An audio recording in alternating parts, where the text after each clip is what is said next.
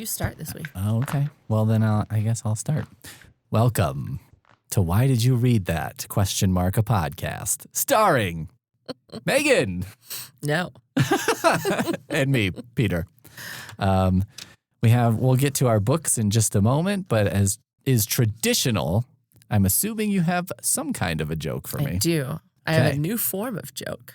Well, like newly invented or okay. New to the pod. Okay. Ready? I was like, what's the new knock joke? Knock knock. Who's there? Ash. Ash who? Gesundheit. Oh boy. Have we really never done a knock knock joke yet? I don't think so. Wow. I know. I applaud your restraint. Thank you. Or maybe I should be sad about, that this I is finally the depths gave in. we've fallen to. Yeah. We finally reached the point where it's like, well, I guess it's a knock knock joke today. We need to explore the full range of joke stylings. That's true. It's much as the podcast serves as a survey of literature. Right. That can serve as a survey of jokes as well. Speaking of, before we get started on the book part, I have a quick plug. There is going to be, I believe, November 15th through the end of November, a display at Erie Community Library. It's a team up between Daughters of the American Revolution and American Battlefield Trust. You almost lost that one. I know. I was like, uh-oh. The first one, because I always mess it up and call them Daughters of the American Republic. And then I'm like, that's not right. And then it's, oh yeah, Daughters of the American Revolution. So I was so happy to get that one that I wasn't thinking about the next one yet. Anyway. You got it. They teamed up to make a traveling display that's going all around the country about the American Revolution because we're on the dawn of the sesquicentennial or something. Nice word. Thank you. Yeah.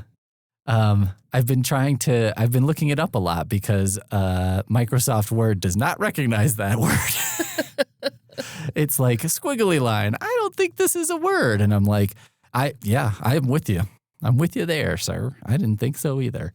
That sesqui beginning, that prefix is also part of a phobia for the phobia of long words. Oh, that makes sense. Which I can't remember the full. It's a very long word, which is ironic.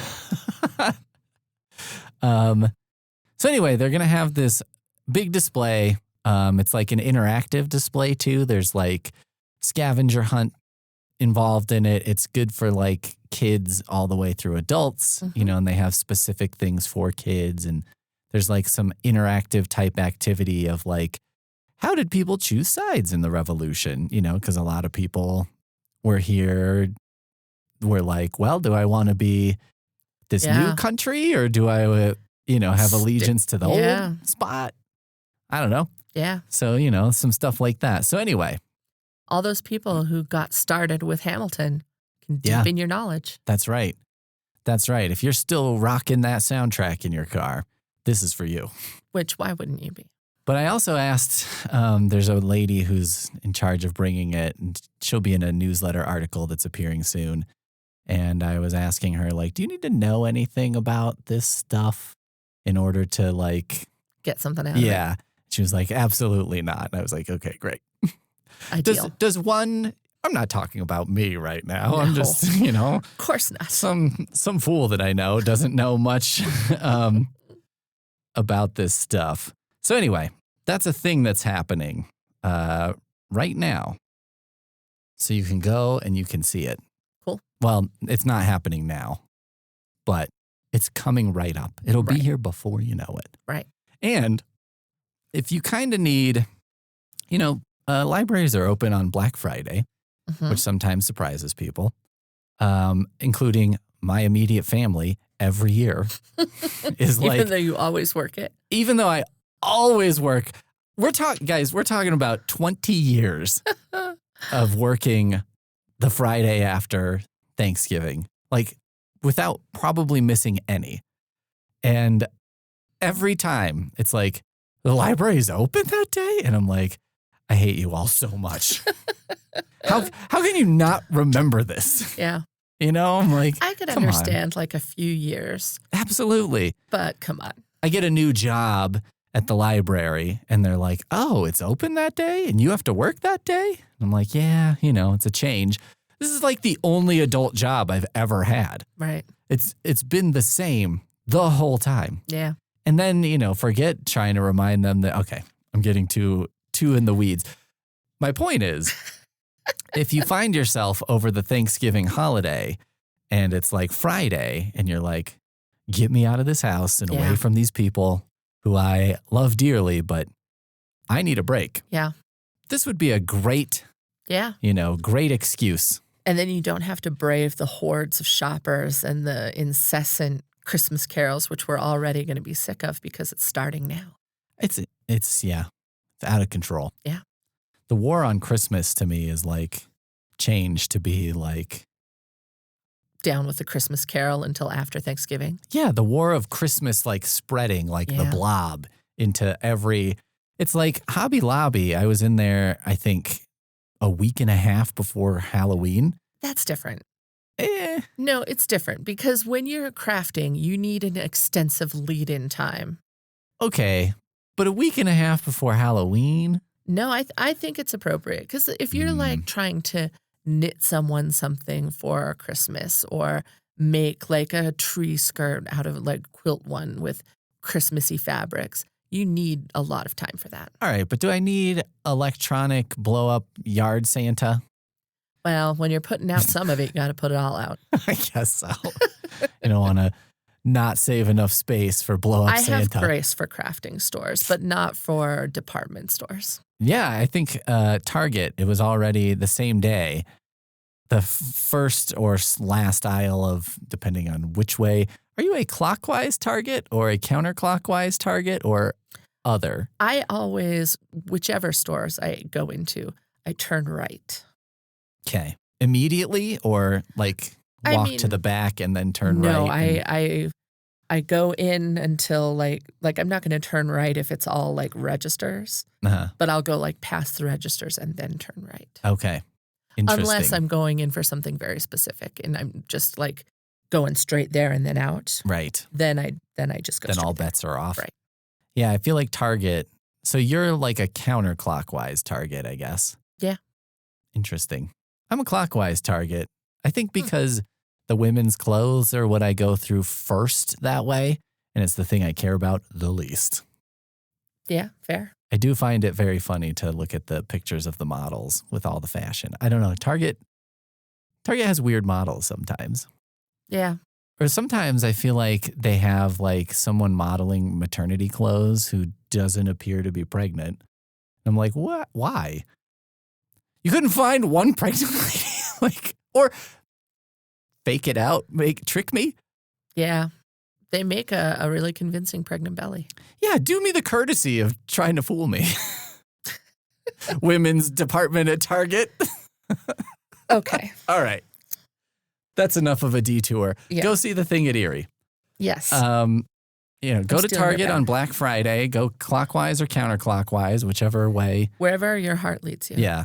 I think both are reasonable options. Just, recognize that if you're going counterclockwise, you'll be swimming upstream. But that's the breaks. I don't know that that's always true. Think of King Soopers. You go to produce first. Yeah. I enter on the produce side. Well, you're talking about the dual entrance. Yeah. Not all of them have I go to that. the fancy King Soopers Well, that opened and had a diamond store in it. Which I remember. I was like, that seems ambitious, and it closed very quickly. They also had furniture. They did.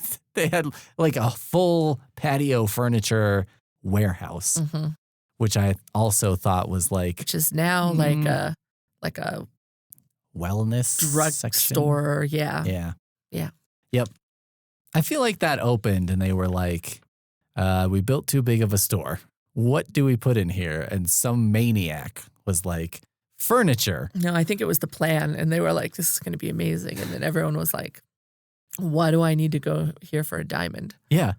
Or like also, well, I'm at the grocery store. I've got a bunch of stuff that is supposed to be refrigerated. Now's not the time for me to like, oh, maybe I'll also buy an easy chair. Right. that I have no idea how I'm going to get home. We're doing it again. Okay.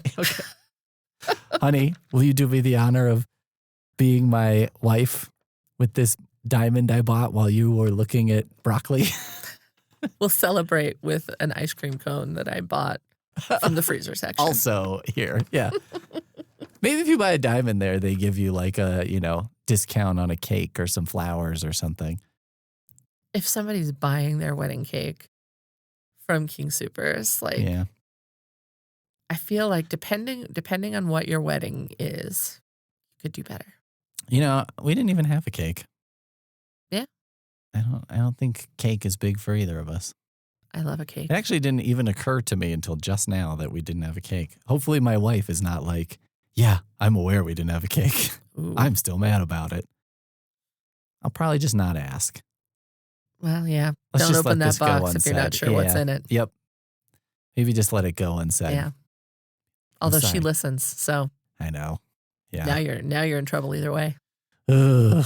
If you're in trouble at all. I've just laid a relationship landmine for myself. So, okay, I'll talk about my books. Let's hope that because I've been rambling about nonsense, she fast forwarded through all of this and didn't pay attention. We're moving on. All right. Here are my 4 books. Okay. I want to preface this by saying I did not finish the book Feast yet Okay. that I was tasked with reading, but I do have a Feast update Okay. that I will say towards the end. Okay. The first book I read was Evil Bigfoot Monster 2 by F.F. Monsoon, which is a pen name for Jeff Strand. Oh, okay. The Evil Bigfoot Monster is back, and it's stupider than ever. Have you read Evil Bigfoot Monster 1? Oh, absolutely, Okay. I have. Wonderful. Yep. Next is a collection called DC Horror Presents. And this is kind of short horror stories in the DC universe. Okay. Next, I've got a book called John Ken Mortenson's Nightmare Factory. And this is a very short book of sort of fairy tale-ish poem type things with horrifying illustrations. Okay. Maybe like an Edward Gorey type of thing. Oh, okay.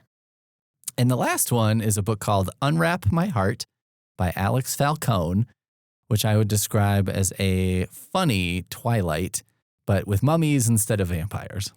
Okay. There's your pen back. Thank you. Thank you. Let's start with DC Horror Presents. Okay. So DC Horror Presents, I picked up, obviously, because it was Halloween. And I have a funny relationship with these compilations of like comics, even short stories, when it's a short story anthology by different authors. Mm-hmm. Because I usually find most of them to be wildly uneven. And, it's like taste, right? Because you're like, it's not really my thing. But comics I find very interesting because I almost always find if you have, so like, DC Horror Presents has like one story that features the Joker, Mm-hmm. one story that features Wonder Woman, and a bunch of other people. But I think how these work oftentimes is like DC Comics approaches some of their creators and is like, do you want to do a story for a horror anthology? And then they can kind of pitch some ideas. And what I always find to be the best in these kinds of books are the characters that nobody cares about. Mm-hmm. Nobody. I think that's like some of the secret sauce of why like Peacemaker has become a big character, because like if you had asked people who were familiar with the character of Peacemaker in the past, like, do you think this is going to be like a major television show? I'd be like, I would stake my life on no. Be like, he has got to be not even in the top 100 possibilities for a TV show. And that here we are. So it's an uneven collection, as these tend to be. I mean, the bad ones aren't bad. They're Mm-hmm. just like, they're fine. They're very short, so they're good. But I wanted to highlight 2 that I really enjoyed. One is about a character named Adam Strange, who they've never really done a good job with. Adam Strange is a guy who gets zapped to like another planet far, far away every so often. And then he's like basically on a time clock while he's there, and then he's going to get zapped back to Earth. And this is his whole life. He gets zapped back and forth. It's quantum leap, but not time. It's planets. Yeah, kind of. And then when he's on the other planet, I think how it works is he's kind of superpowered. He's normal human power. And everyone there, I guess, is just like a stupid, weak baby. I don't know. I don't know exactly how it works. But when he's there, he's like an amazing hero. And when he's here, he's a normal person. Okay. So, I mean, that's pretty ripe for interesting stuff. And I think my guess, because he's an old character, and my guess is this is kind of like a Flash Gordon sort of thing, but also maybe has some elements of being inspired by like a traveling business person who was like, I have this whole life out on the road, and then I have my life back at home, and it's really different, and all that stuff. So there's a really great story about him because he goes to his other planet that he's going to all the time. And then someone on that planet is like, oh, you've got this spore attached to you, and like brushes it off him or whatever. And it was like, wait a minute. You haven't been just like going back to Earth without sanitizing yourself, right? And he's like, what do you mean? And they're like, you realize this is a completely alien environment and that something here could have horrible consequences on the Earth if it were to make it back there. And he's like, oh, crap. And so things go from there. Nice. And there's a super hilarious drawing of Superman at the very end of the story that I highly recommend. Okay. The other one that was really good is about a character, a much maligned, often on the list of worst comic book characters and worst superpowers, is a Legion character named Matter Eater Lad, whose superpower is that That's a name. Yeah. It's a very descriptive name because his superpower is he can eat anything and basically consume it and digest it. Okay. So, why lad? There were a bunch of lads because this is a very old. Okay. The Legion is like a team of teenage superheroes who there's like 50 of them, and they all have sort of different powers it's kind of like if you took Superman and you're like, what if we divided all his powers into like 50 people? Okay.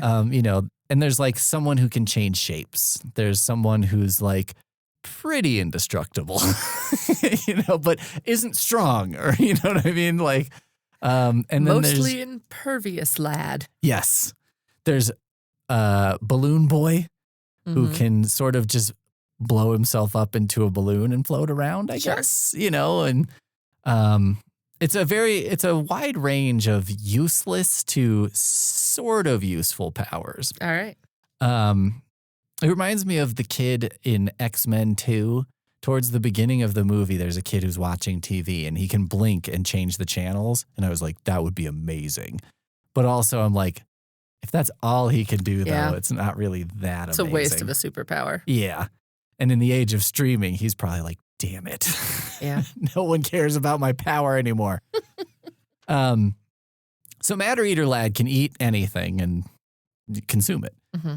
So in this horror novel or story, he is basically called upon quite often to this like research facility where they're doing bad experiments. I shouldn't say bad.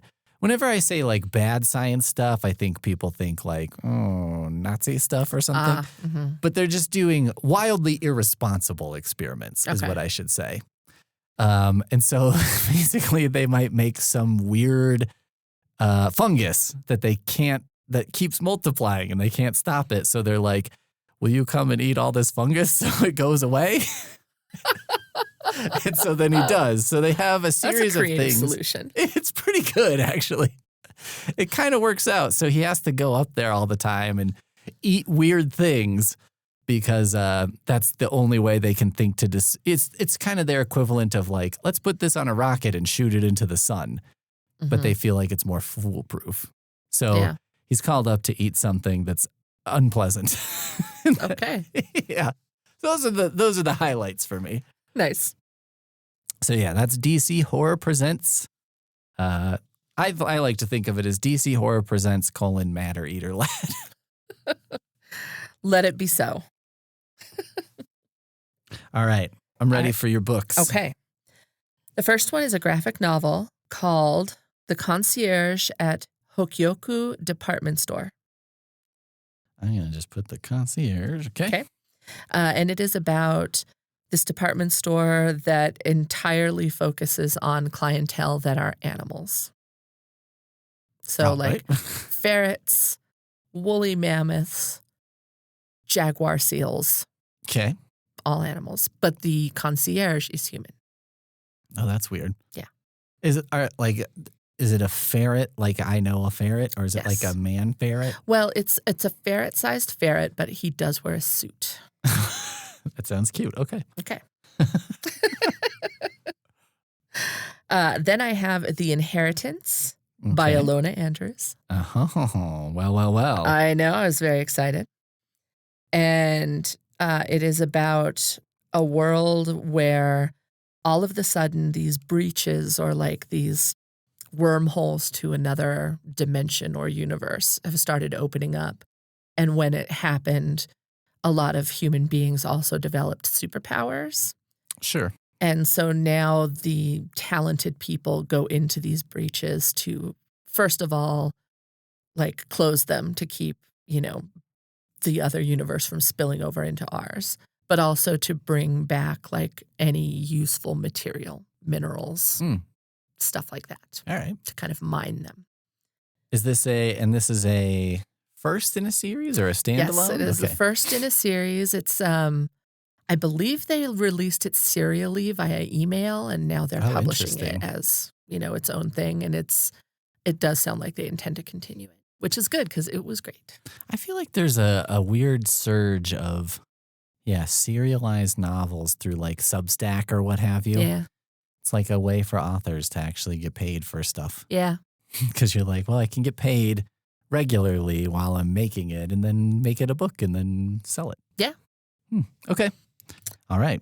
Then I have Dealing with a Desperate Demon by Charlotte Stein, which is a romance novel about a bookish girl who lives in a small town and has basically given up on finding love.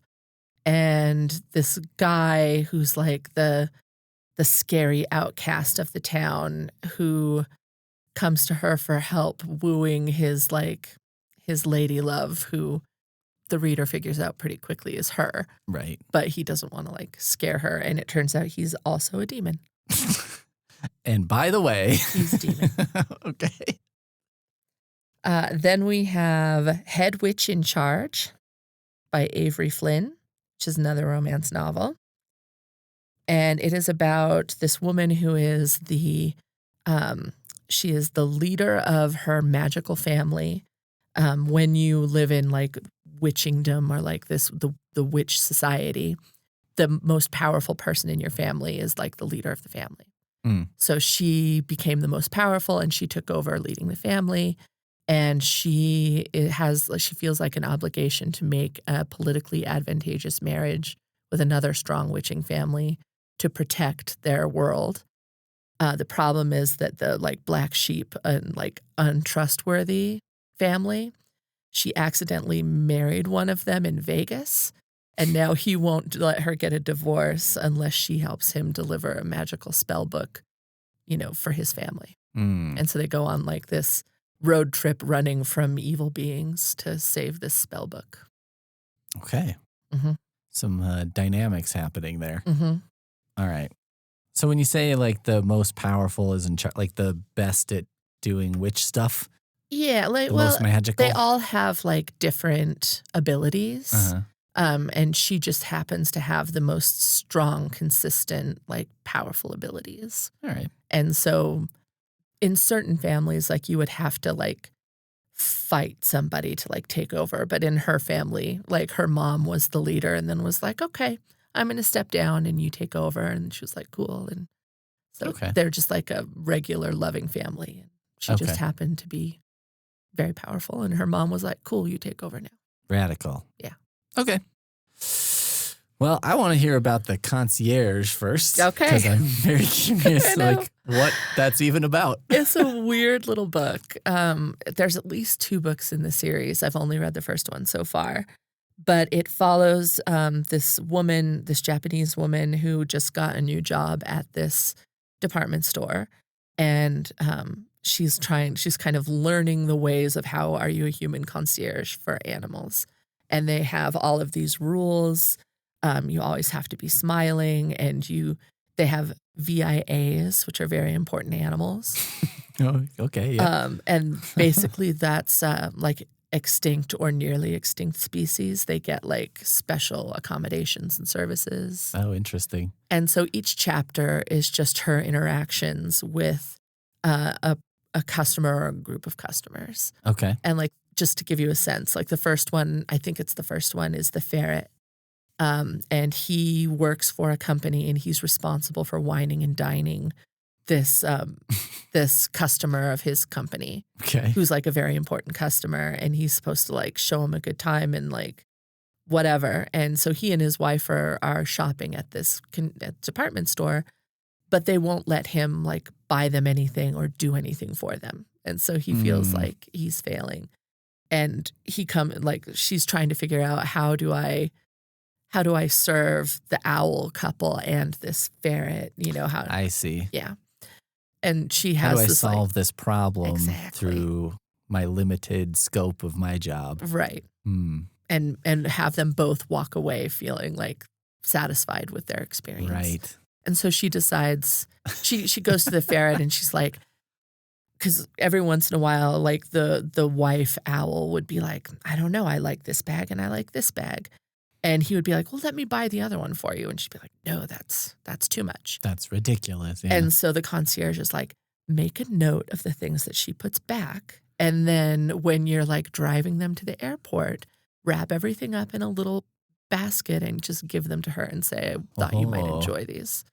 Because a lot of times, you walk away and then you have like regret. Right. Why didn't I get that thing? I should have gotten it. Yeah. She's like, and then you can say like, I decided to get these for you so you wouldn't have that. Right. And then everybody's happy.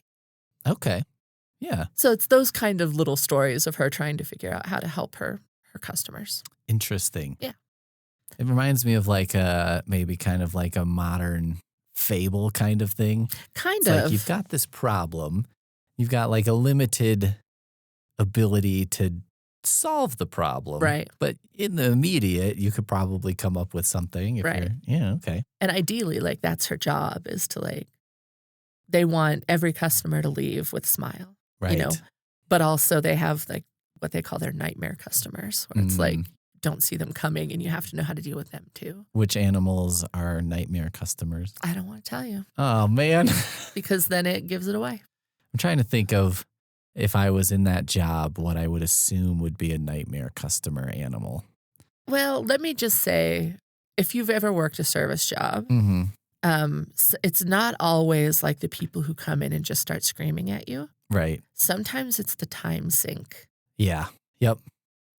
The people who come in and they're like, they're saying like, oh, yeah, this is what I want. And then 45 minutes later. You've been so wonderful. Maybe you could help me with this other thing. Yeah. And could you stay and give me your opinion on this before you, yeah. You start to realize like, I think this person maybe needs a friend and not so much a, help, help with their laptop, let's say.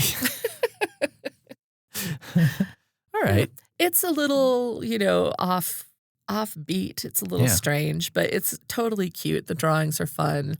It's super, super short. So I don't know, if it sounds intriguing, I'd say give it a read, because I've never read anything like it. All right.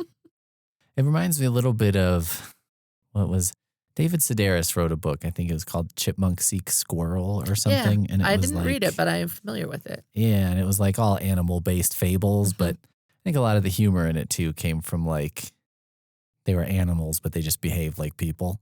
Yeah. And like it was odd, I guess. Yeah. All right. Boom. Okay. I would like, I don't know. Let's do Unwrap My Heart, I guess. All right. Unwrap My Heart is by Alex Falcone. You may know Alex Falcone from the interwebs. I'm not sure which all platforms he's on, but he does a regular feature called Is It a Scam? Yep. And he talks about various things like, I don't know, a lot of like things that corporations do or governments do or whatever, and is like, is this nonsense? And the answer is usually yes. Mm-hmm. There was one very memorable one that wasn't a scam because it was like, when you go like, I know Lowe's does it, and it's like, do you want to round up for charity XYZ? Right. And he was like, is it a scam? And looked into it, and he's like, actually, it's not. He's like, actually, this works and probably helps people. Nice. And I was like, I cannot believe that that's actually not a scam. It seems like a scam. That's good because I do that a lot. Yeah, I do it too. Especially when it's like St. Jude. Yeah. I do it a lot, but I think partially out of guilt because I'm like, I feel like that's part of what's built into it is because I'm like, well, I'm buying like $150 worth of crap. And then they're like, how about the last 35 cents? And I'm going to be like, no. You want to give that to some kid with cancer or do you want to say no? Some kid's dying and could use your 35 cents that you would probably just throw on the ground. And I'm like, absolutely not. Yeah. But it turns out it's not. Anyway, it's pretty entertaining. Yeah, I recommend it. It's pretty good. He makes a lot of jokes and stuff. So I gather that he kind of wrote this book as a joke. Mm-hmm. It seems like it was probably inspired by Twilight, in that it focuses on a high school girl and a new boy comes to class who's mysterious in a lot of ways to her that seem incredibly obvious to the reader because, for one thing, there's a mummy hand on the cover. And, he's from Egypt and wears weird clothes that cover all his skin for some reason and seems to have a weird dusty texture to him and other weird. Yeah. And so like you're reading it. I think part of the joke is like, it's incredibly obvious to you, the reader, that this is a mummy. But it's not obvious to this girl. There's also some play on the trope of she has a male best friend who is obviously in love with her, is obviously perfect for her. She obviously loves him, but just doesn't think of him that way. Right. But not for any particular reason. Right. You know what I mean?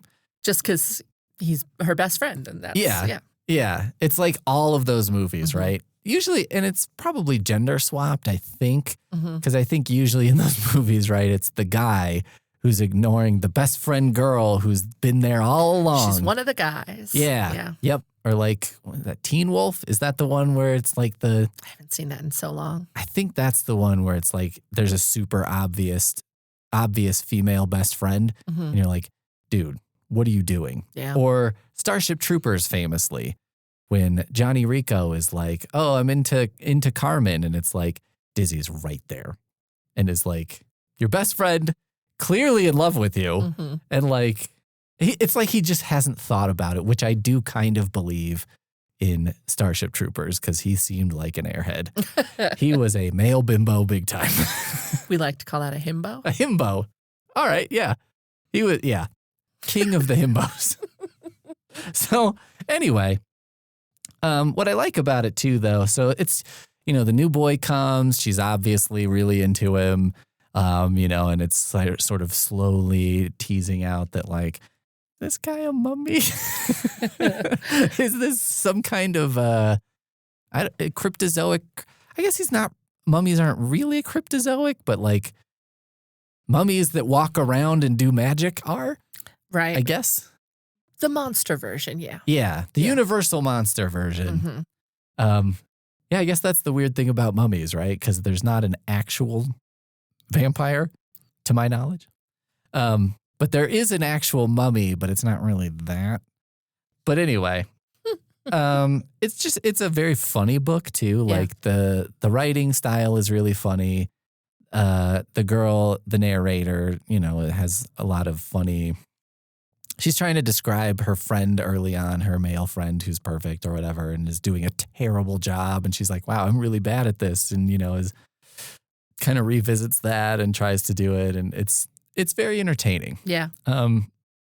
So I think this is a fun book because it's kind of a takeoff on like Twilight and stuff like that, but it's not like horrifically mocking it. Right. It's not mean-spirited, maybe? Yeah, not at all. Yeah, that's good. And it would make sense too, like if you have no experience with Twilight, you don't have to know. Right. All you have to know is like the basic tropes of people never seem to know it's a monster when it's a monster. Right. And also the obvious correct romantic choice is obvious to literally everyone except the person that it would be most helpful for it to be obvious to. That's fun to watch, though. It's pretty fun. Yeah. And it is a fun version of it, you know? Yeah. I don't know. It just made me laugh because he's like the perfect. I was like, step aside then. I'll take him. Like, he sounds great. He's like, he's, like a big, handsome football guy. But, on in his free time, he likes to do archaeology digs and is like one of the only people who's allowed to dig in a certain spot because he's the only qualified person and he's, 17 or whatever. And he's a huge nerd. And I'm like, yeah, he sounds perfect. That's a really popular trope in romance novels. They call it he falls first. Yeah. Yeah. Yeah. And he's clearly in love with her. So there's a little bit of a love triangle because he's like, oh, your best friend, the mummy kid or whatever, but yeah. So, and that's a fun dynamic too. Yeah. So it's like it kind of gets to have its cake and eat it too because it makes fun of all that stuff, but it's also the scaffolding upon which all the jokes hang. That's, I consider that like Simon Pegg territory. The Shaun of the Dead. Yeah. Or the Hot Fuzz, where it's like they're making fun of zombie movies, making fun of buddy cop movies, but they're also like celebrating them at the same time. Yeah, it's a very like loving parody. Exactly. Where you're like, oh, I think there's something about the teen romance novel that, I don't even know. What would you say Twilight's a romance novel or a romantic novel? I don't know. I think of it as a romance. Like, okay. I think if you eliminate that part of the story from the story, it either falls apart or fundamentally changes. That's a good point. And so for me, that means that it's like the core part of the story. That's a very good point. Yeah, I guess if you look at it too, it's like, well, 50 Shades came across as Twilight fanfic, right? And that boosted the romance while eliminating the vampirism. And so, yeah, if 50 Shades had been about vampire, yeah. I was just watching something. Now I can't remember what it was, but it must have had a vampire in it.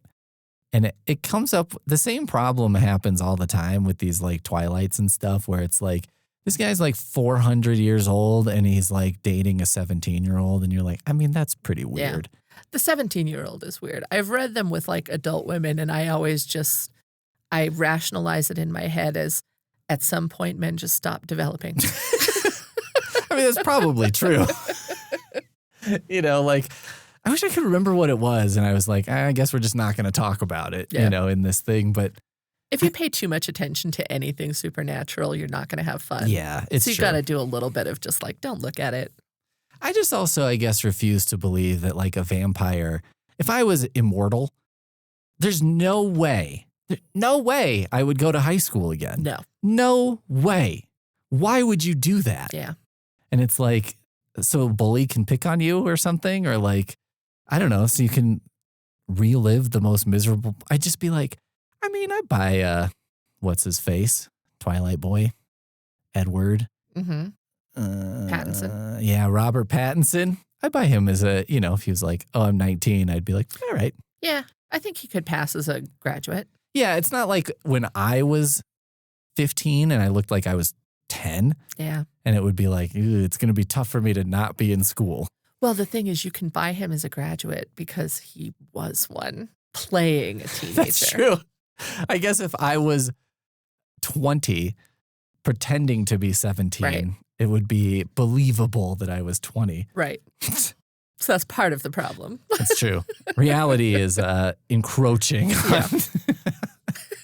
Anyway, that's, I think, to me, one of the most unbelievable aspects is I'm like, why would you go to high school? Yeah. When you do anything else, any other option? And I get there are probably people listening to this who are like, man, high school was great. But for most of us, I would argue, that was not the case.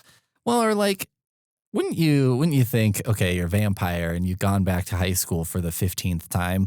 Don't you think at some point you'd be like, I think I've... It gets so boring, too. Oh, my God. Like, we're going to do this unit on the Civil War again. You're like, especially cool. when, like, he lived it. Yeah. Yeah. Like, he's probably sitting there going, yeah, no, that guy was actually a jerk. That's not how that happened. Yeah. All right, fine. Maybe it would be the next time someone does one, they need to write in that, like, you're a vampire and you're immortal, but, like, your brain starts to sort of melt. And so it's like, well, you got to go back to high school every so often because basically you have to restart. Isn't that the plot of Eternals? Oh, I have no idea. I watched it, but I have to admit, I did not find it very good, and so I didn't retain a lot. But it did seem that, like, people's memories started to malfunction and they had to get wiped. Okay. Yeah, something like that, where it's like you're immortal, but your human lifespan expresses in that, like, every 80 years, you kind of have to relearn some stuff because you're like, oh, I don't remember. I wouldn't remember anything from when I was 80 years old from high school. Well, hopefully. I don't remember stuff from earlier this week. Yeah. Oh, maybe there's hope for the future. Yeah. Maybe that's why they go back to high school. They forgot. And there you go. 2 years in, they're like, oh, crap.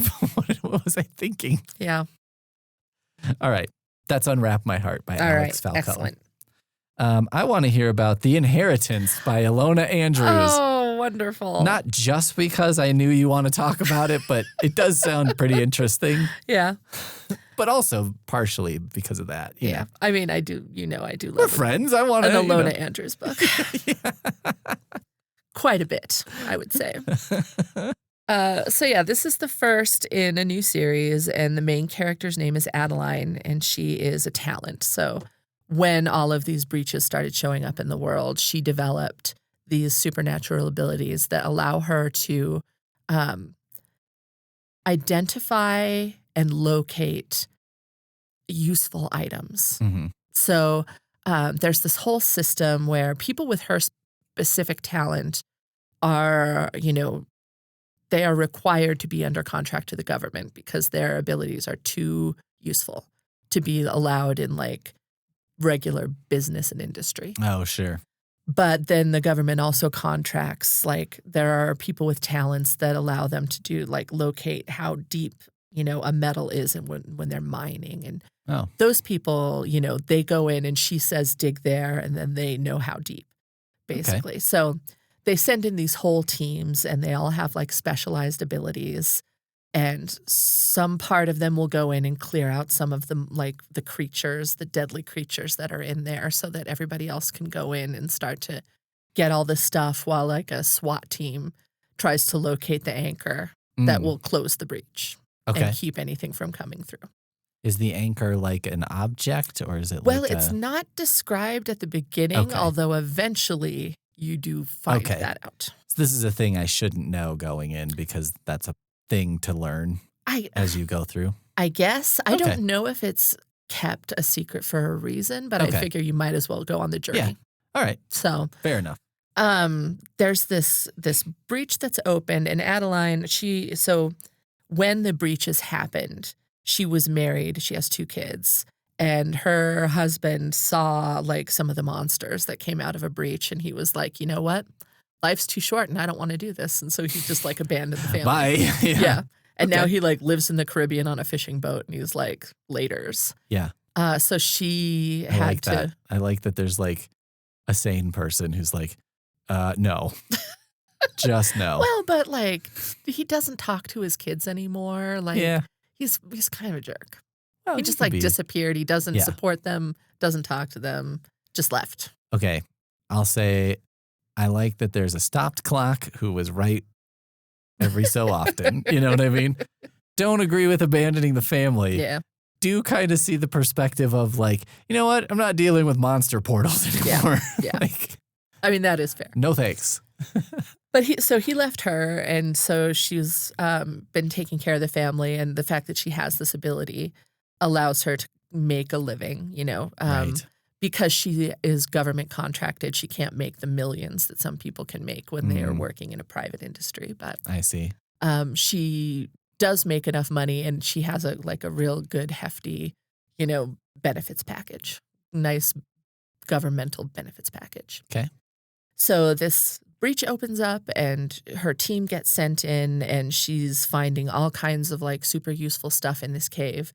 And then this group of creatures comes out of a side tunnel, and they're fighting another creature.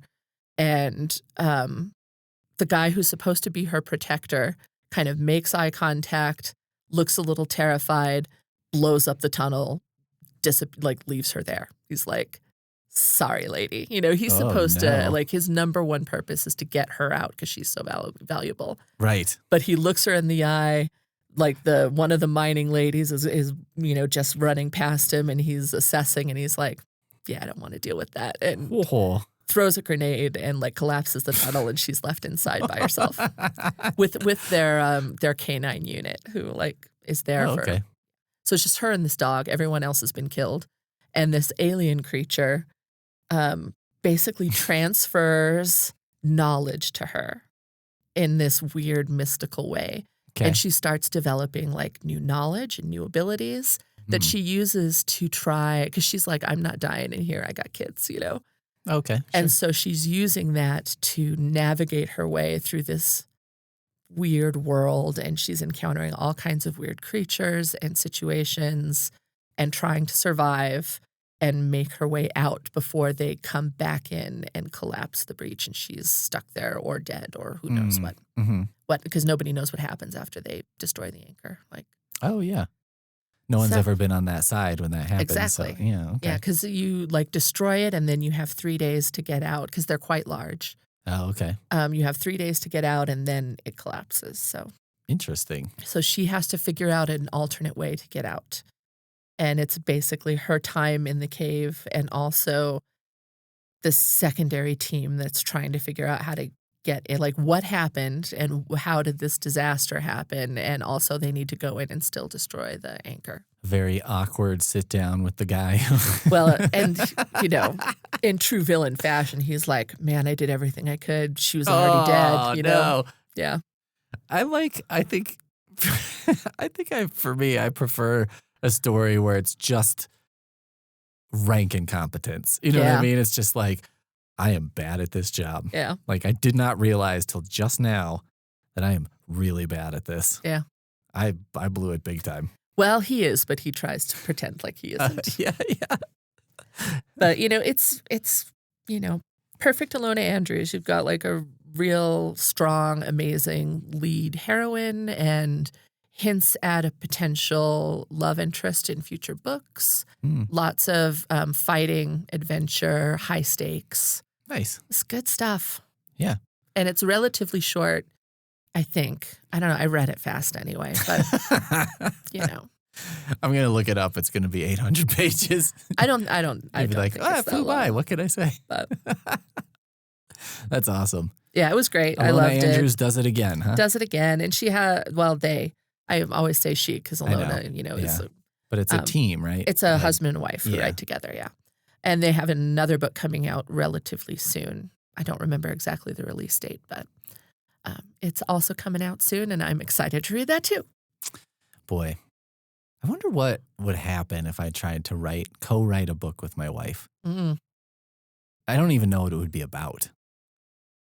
Well, their interests seem to have. Yeah. I have a theory about the way that they write. Okay. I think that one of them writes all of the action-y fight scenes, the tactical stuff, and one of them writes the relationship-y, interesting, plot-buildy parts. That would be a smart way to do it, because then you'd be like, oh, both of these work. Well, and the voice is seamless. I can't see where they knit it together, so I could be wrong. Because I know of another writing team where one of them does the outline and then the other writes the story. Right. So it could be something like that. More a James Patterson style. James Maybe. Patterson with so-and-so. I think that your theory has a lot of merit, though, because I could totally see dividing it that way. Yeah. And then what you do is you have that's your draft. And then one of the two does a overall Oh, pass and yeah. is conforms it to Yeah. one style. Merges the whole thing into a whole. Yeah. That's It's a theory I have. I like that theory. That would be a much easier way, if we had to do that. But I fear that it would not have the cohesiveness of Lona Andrews. I've also read co-written books where I'm pretty sure one person is writing one point of view and then the other person is writing the other point of view. Yeah. Which I think makes a lot of sense. Yeah. Because then different voice. That almost feels like cheating to me. Mm-hmm. Well, it's not cheating, but too easy. If I'm challenging myself in this hypothetical to write a book with someone else, it's that's probably the easiest way to do it, right? It's to be well, you'll do it from the perspective of a guy like you, and I'll write from a perspective of a wife who's really fed up with that guy and his dumb hypotheticals that he keeps talking about. And then I'm well, they say write what you know, though. I don't understand. What experience are you going to draw from? All right. I've been talking about Lona Andrews for years now, and I have yet to get any of my friends to read her. How is that possible? I don't know. Because you have many romance reader friends. I know. I know. And I keep bringing it up, and they keep saying, it's on my to-read list. And I am apparently not intense enough about it, so I'm going to have to get real. I find that hard to believe, but okay. Just based on the intensity you've brought to this. I know. I'm very aware of Lona Andrews. Thank you. Yeah. Thank you. It's one of the two people. Well, if my two romance reading besties refuse, you may get the blowback on this. I may make you read one. Yeah. The pressure release valve. Yeah, exactly. Is this the one that I should read? This one sounds the most up my alley, I think, of the ones it's you've not described. My favorite. My favorite is still the Burn For Me series, which is so good. But that one you would have to read. It's trilogy. So you could read the 3 and then call it good. Right. Although there are more in that universe. But to really get the whole story, you would need to read all 3. Whereas, I don't know, this one, while there's more to come, it did feel like it ended in a satisfying place. Gotcha. So I wouldn't be on the hook for 2 more books in order to decide whether it was good. I think that if you're like me at all, you would be ready for the next one. I don't know if it's relevant because you're probably going to want to read it. Just saying. All right. Okay. So I talked about DC Horror Presents, Matter Eater Lad. Subtitle added by me. Yeah. Unwrap My Heart by Alex Falcone. I also brought Evil Bigfoot Monster 2 by F.F. Monsoon. Great title. Pen name for Jeff Strand, my favorite horror comedy writer. He wrote Evil Bigfoot Monster 1, and basically his idea was to write a intentionally bad book. And he threw it up online under the name F.F. Monsoon and didn't tell anyone that it was him.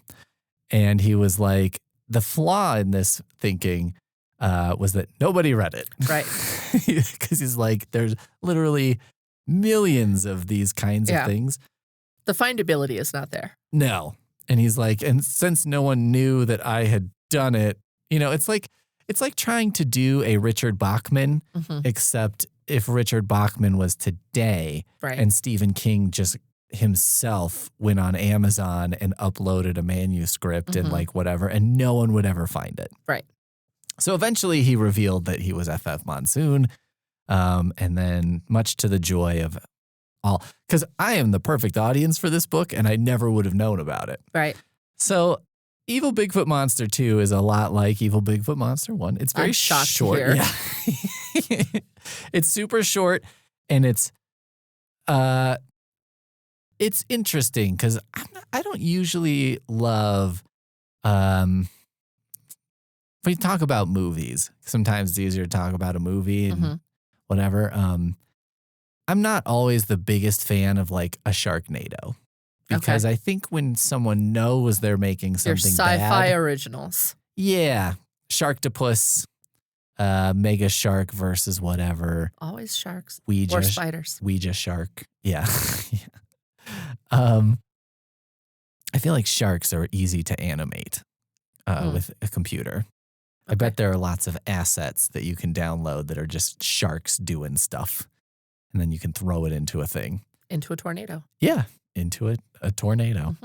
They're not always my favorite. I think because for me, part of the fun of watching a bad movie is the sincerity of it. Right. Brings something to it, and also sort of trying to figure out what the person who made the movie was attempting to do, what I'm looking at on screen, and what resulted in the gap that I'm seeing between those two things. Right. And, you know, when it's just money, that's not interesting to me. Right. But when you're like, oh, I think a good example is like a lot of movies, a lot of cheap movies will have a scene that's supposed to be at like a nightclub. And it's pathetic. You know, like it's like a library meeting room in the middle of the day. Oh. Well, yeah, no, I'm no, I'm with you. And it's like, there's nothing wrong with a library meeting room, but it does not look like a nightclub. Not a nightclub. Not many carpeted nightclubs out there. And in the middle of the day, and you know, you'll see a little poster in the background. Beige walls. Yeah, and you're just like, yeah, I don't know. And you know, they have like one little light that they just put in the middle of the floor. Right. And like there's clearly 10 people in the room. Right. You know, there's nobody there. But they are like, all right, we'll put them all in one tight shot. And then they've all moved to the other side of the room and they're in that tight shot, you know? Yeah. And like, when you're watching that, I'm like, I know what they were trying to do. What they were looking to achieve was a nightclub, you know, like from the beginning of Blade or something like that, where all the vampires are dancing in a blood shower. And I'm like, all right, I get that. And what I'm looking at is not that. Right. Anyway. Luckily, HPLD patrons have access to a full filming studio. That's right. And would not have to use a meeting room. With a something drome. Not a video drome. That's the movie. That's a movie. Yeah, he pulls a gun out of his stomach somehow. Not a velodrome. That's a bike thing that's got a banked side that I don't understand why you would do that, but okay. Because you're just that fast. Just a maniac. Just like, what if I could ride a bike but be sideways? Be amazing. Anyway, Evil Bigfoot Monster 2 is intentionally bad, but I think the joke is like, it's a little different. It's like playing on ideas of like how stories are written and stuff like that. For example, there's a chapter cliffhangers all the time. And one of them is like our hero who we've been following gets like basically killed at the end of a chapter. And the next chapter starts and FF Monsoon is like, I was going through the rest of the story and realized I didn't want to kill that character. So she's alive again. And like, that's just like how it starts. And then we're just back into it, you know? And it's like, yeah, why use the delete key? You know what I mean? So it's like, it's funny, and I think readers and writers will appreciate like what's going on here because it's like they can see how a story would be constructed poorly and someone who doesn't have the tools to fix it doing their best to fix it. Right. And maybe that's what I'm talking about. I like when the person is trying to fix it, trying to make something good, but doesn't have the tools necessary to do that. The other book is John Ken Mortenson's Nightmare Factory. This is a very short book of kind of rhyming sort of fairy tales that are like, you know, a paragraph or something. The real attraction to it is like the drawings are really horrific looking. Okay. Lots of like weird creeps and like Spider King and, you know, weird devouring a child, you know, stuff like, yeah. It's dark. I think it's pretty fun. I also kind of think it's interesting because I wonder about this sort of thing in the age of AI moving forward. Because like he's got a very unique style. It's really fun to look at and like, you know, in a macabre way. But like, I don't know. I wonder how much traction this kind of thing will continue to have. Yeah. Yeah. I don't know. It's upsetting to think about. It is, yeah. Because you're like, oh, it's fun to see that. And then, I don't know, sometimes I feel this way, like if I'm looking at Instagram or something, and I see a video, and if it's like super interesting, my first thought is always like, is this real? I don't know if I believe this is real. Mm-hmm. And it's kind of killing the fun for me. Yeah. Yeah. Yeah, I get that. So anyway, it's maybe a last gasp of something that I don't know if it'll continue to exist in like a book form. I don't know if it's going to be publishing gold. So Well, I don't we know. can hope. Yeah, take a look at it. Yeah. That's Pete's Nightmare Factory. Pete's Nightmare Factory, a review of John Ken Mortenson's Nightmare Factory. Excellent. All right. Okay. So my other two, so we have The Concierge at Hokyoku Department Store and The Inheritance. Then I also brought Dealing with a Desperate Demon by Charlotte Stein, who's one of my favorite romance writers. She writes a really spicy romance. This is, I would say, a little lower on her spice scale, but still great. And you have just Nancy, who is like really shy, very bookish. She opened a romance novel bookstore in this small town. And I was like, awesome. Living the dream. There we go. And she lives there with her cat. And she has been like dating a lot of frogs and just getting no traction. And so she's about ready to just give up, even though she's a hopeless romantic. She's like, well, I don't know that this is the thing that's going to happen for me. Right. Then you have Jack Jackson. Great alias for a demon, right? Oh, okay. Yeah. That is a fake name. Yeah. That is funny. I guess I'm assuming it is. I don't really remember if he had another name. He probably has some Belial type name. Yeah. He is he is Satan's son, and he through a situation that I won't get into, he has ended up in like a Beauty and the Beast style, what is the word? Curse? Yeah, kind of a curse. He's connected to Nancy. They are like, if he can win her heart, then he can stop being a demon, right? Oh, okay. He can like leave his place in hell. But there's like a ticking clock, the rose petal thing. Right. So he needs to somehow win her over, but he feels not quite up to the task. He's larger than your normal dude, looks a little scary. He's the social outcast. He doesn't understand like human interaction well. Right. The whole demon thing. The whole demon thing. And so he approaches her one day and is talking about like, you can feel that he's trying to like gear up to like telling her that like he wants to take her out or something like that.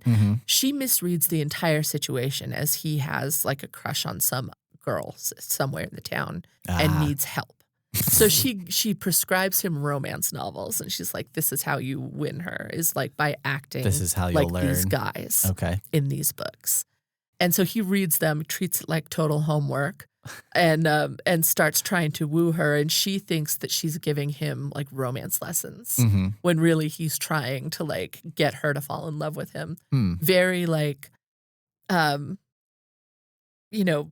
of errors-y. Sure, yeah. And meanwhile, every once in a while, something totally weird and supernatural will happen, and like his demon tail will come flying out or something. It's like funny in a weird way. But it's super charming. They have this like really adorable, like you can tell that they both really like each other, but he's pretty convinced that she's too good for him, and she's like, there's no way he's fallen. Like he's got some other girl that I'm trying to help him win. Right. So it's cute. It's fun. I liked it a lot. It does sound fun. It is fun. It's a good little twist on. I know I keep saying this when we do this, but I'm like, I feel like the book world has really picked up the rom-com slack and from the movie sphere. Well, I mean, romance has been this the whole time. Yeah, I just feel like it's more.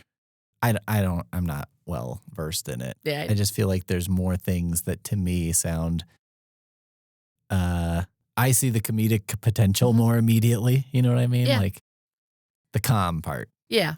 Well, and there's always been, comedic romances. Right. I just happen to be reading a lot of them at the moment. I go less for angst. which is a shame because right now angst is hot in romance. Oh, is it? Yeah. Dark romance, angsty romance. Mm. Everywhere. You can't throw a rock without hitting one. My Chemical I Romance like the lighter, fluffier,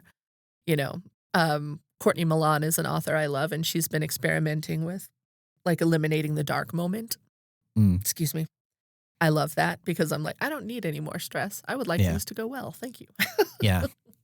I'm not a big fan of I'm trying to think, like, I remember maybe it's the second Avengers movie or something, and they first fight Ultron, and then they kind of get their asses kicked. They break up. Yeah, and they have their little breakup, and you're like, what are you guys doing? Like, we call that the third act breakup in romance. And you're like, I don't understand why you're breaking up. Like, okay, this guy beat you, but like, you could still beat him. Like, this doesn't seem like the time to get all emotional about, man, we're not a very good team. Like, you don't listen to me enough, Captain America. And it's like, guys, pull together. You have a God complex, Tony Stark. Yeah.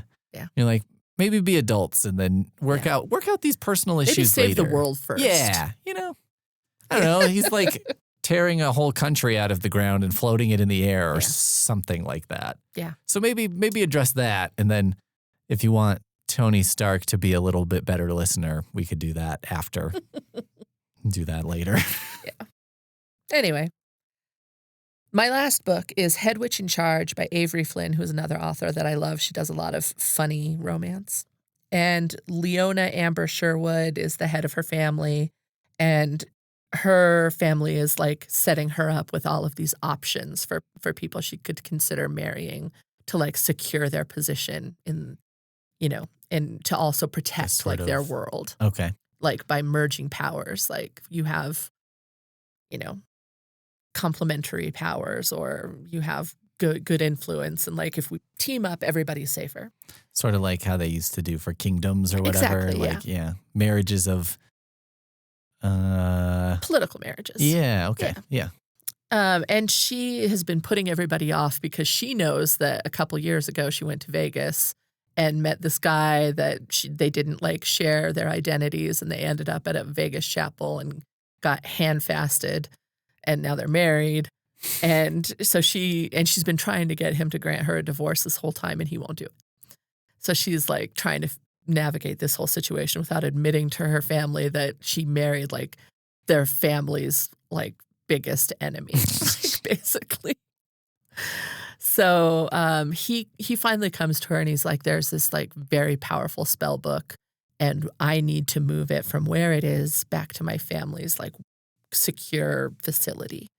And if you help me do it, then I'll give you a divorce. Okay. And so they go on like this road trip, and they're being chased by forces. And she starts realizing that maybe he is not like the horribly evil bad guy that he pretends or like makes himself out to be. And it's like delightful and charming, good road trip romance with adventure and comedy.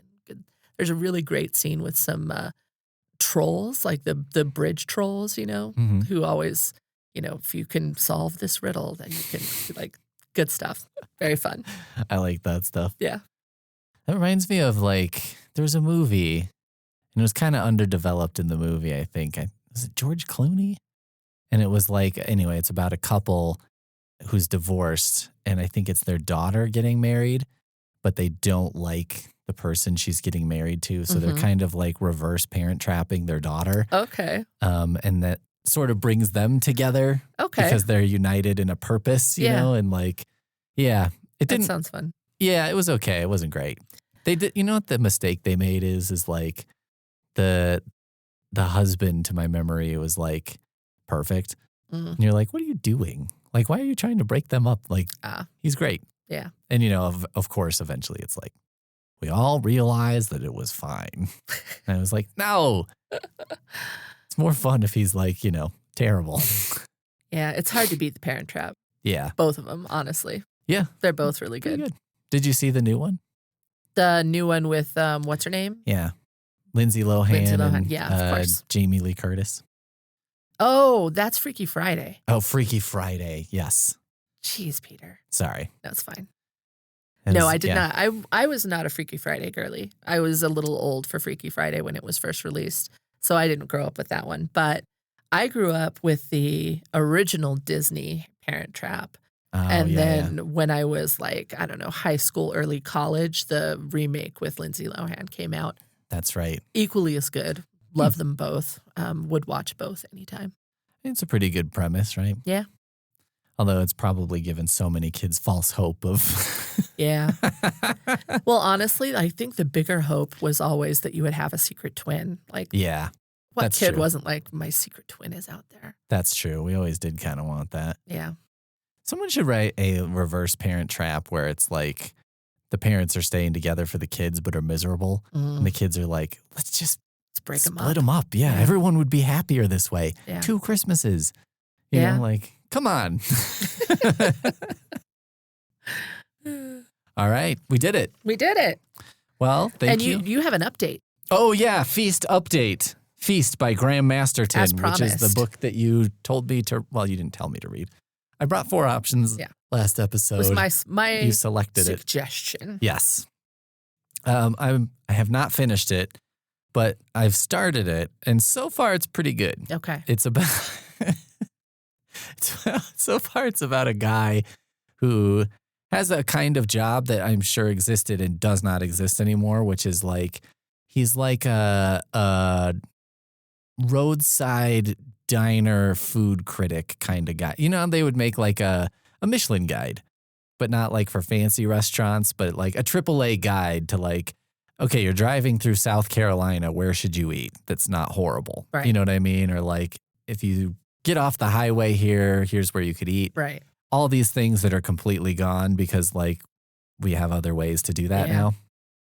And so the book opens and he's having like a terrible sounding dinner.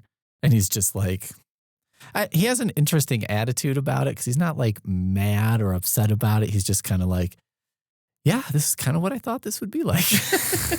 And, you know, he's ordering stuff and the waitress is kind of a sassy waitress who's like, I wouldn't order that if I was you. And he's like, well, I kind of have to. And he's not telling her that he's Right. a critic or whatever. And he's like, and in his head, he's saying like, well, here's what I'll write about this, you know, and he's eating like a terrible apple pie or something and thinking like, well, I guess I'll just say it's a bit overspiced for my taste or whatever, 2 out of 5 or something. But, you know, in reality, he's like, this is one of the worst things I've ever had. And he's there with his son, who's like, I think in his later teens.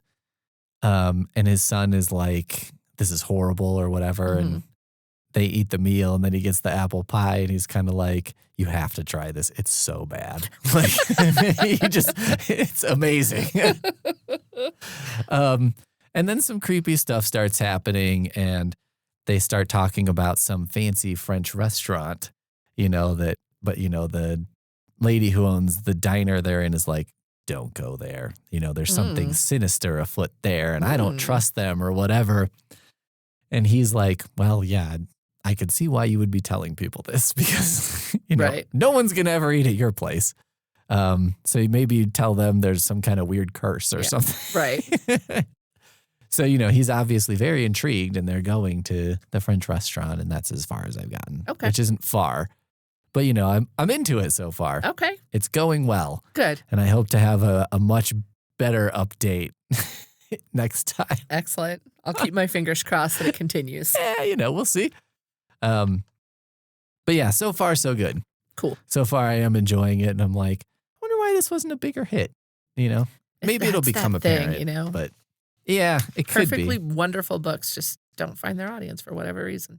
It is interesting. It seems like something to me, for some reason, it seems particular to books, you know, like, when I watch movies and stuff, I do feel like there's not like a huge number of completely undiscovered gems. Yeah. You know what I mean? Like we've heard of a lot. And like if you go even a shallow dive into a genre, you kind of get, or, you know, my algorithms feed me a lot of like the top Super Nintendo games you've never heard of. And I'm like, I doubt that very much. Try me. Yeah. The only time it ever works out is like, this is an RPG that was only released in Japan and does not have an English translation. And I'm like, yeah, I probably haven't heard of that and have no ability to play it. But, all right. But thanks. You got me on Thanks a technicality, anyway. I guess. Yeah.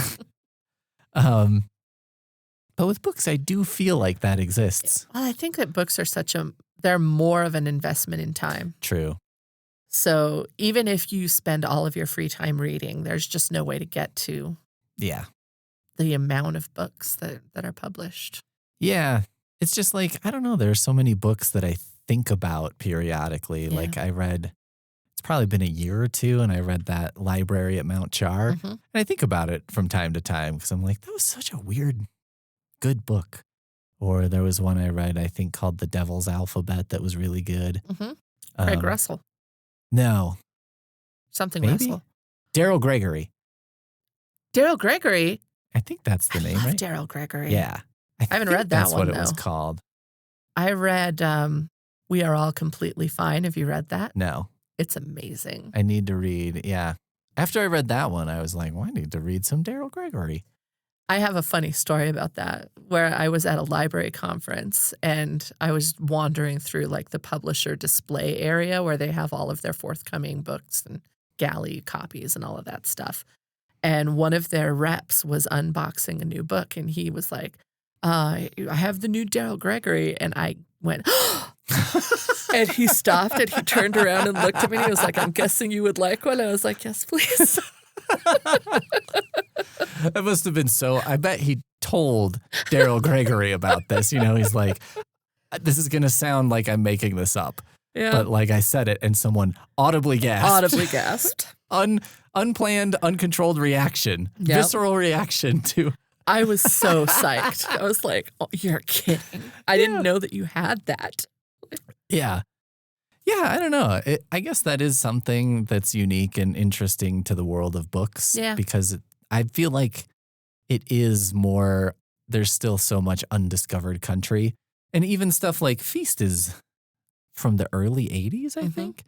And probably got lost in a sea of Stephen King's and Dean Koontz's and Peter Straub's and the developing Robert McCammon's. Christopher Pike's. And yeah. Although I'm saying all this, and then who knows, maybe next month I'll be like, now I know why no one wants to read this book. Yeah, who knows? We'll find out. Yeah. Stay tuned. That's part of the excitement is the discovery. Yeah. All right. Thanks, everybody. Bye. We'll see you next time.